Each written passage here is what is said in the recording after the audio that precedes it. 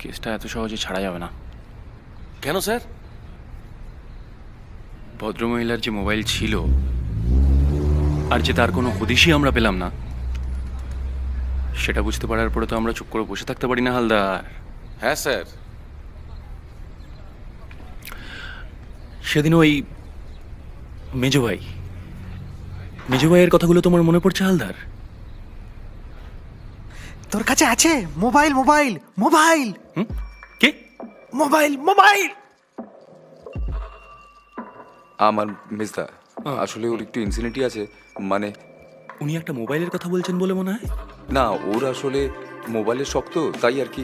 Mobile mobile photo photo খেচে খেচে বোমার মোবাইলটা দে, বোমার মোবাইলটা দে না। মিস্টার উপরে যাও, যাও বলছি। দাঁড়ান, বৌমণিটা কে? আসলে মিতা ওকে খুব ভালোবাসতো আর মিতাই ওকে দেখাশোনা করতো, তাই